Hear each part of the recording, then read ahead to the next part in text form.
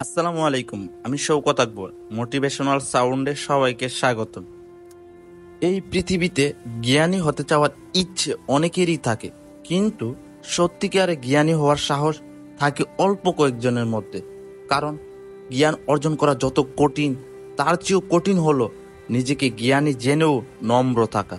যে মানুষ সত্যি জ্ঞানী, সে নিজের জ্ঞান নিয়ে চিৎকার করে না, সে কারো ভুলে হাসে না, কারো প্রশ্নে বিরক্ত হয় না।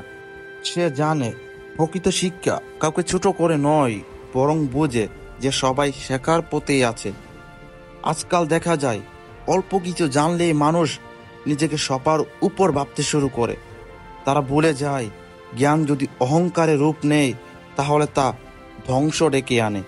অন্যদিকে যে মানুষ বিনয়ের সাথে জ্ঞান রাখে, তার সম্মান নিজ থেকেই বেড়ে যায়। বোঝাপড়া আর শ্রদ্ধাবোধ একজন জ্ঞানীর আসল পরিচয়। তিনি তর্ক করে জিততে চান না, বরং বোঝাতে চান। তিনি নিজেকে উঁচু করে তুলেন না, বরং অন্যকে সঙ্গ নিয়ে এগোতে চান। তাই মনে রেখো, জ্ঞানী হওয়াই শেষ কথা নয়, জ্ঞানী হয়ে মানুষের হৃদয়ে জায়গা করে নেওয়াটাই আসল বীরত্ব। আর সে কাজ শুধু সম্ভব বিনয় আর বোঝাপড়ার মাধ্যমে।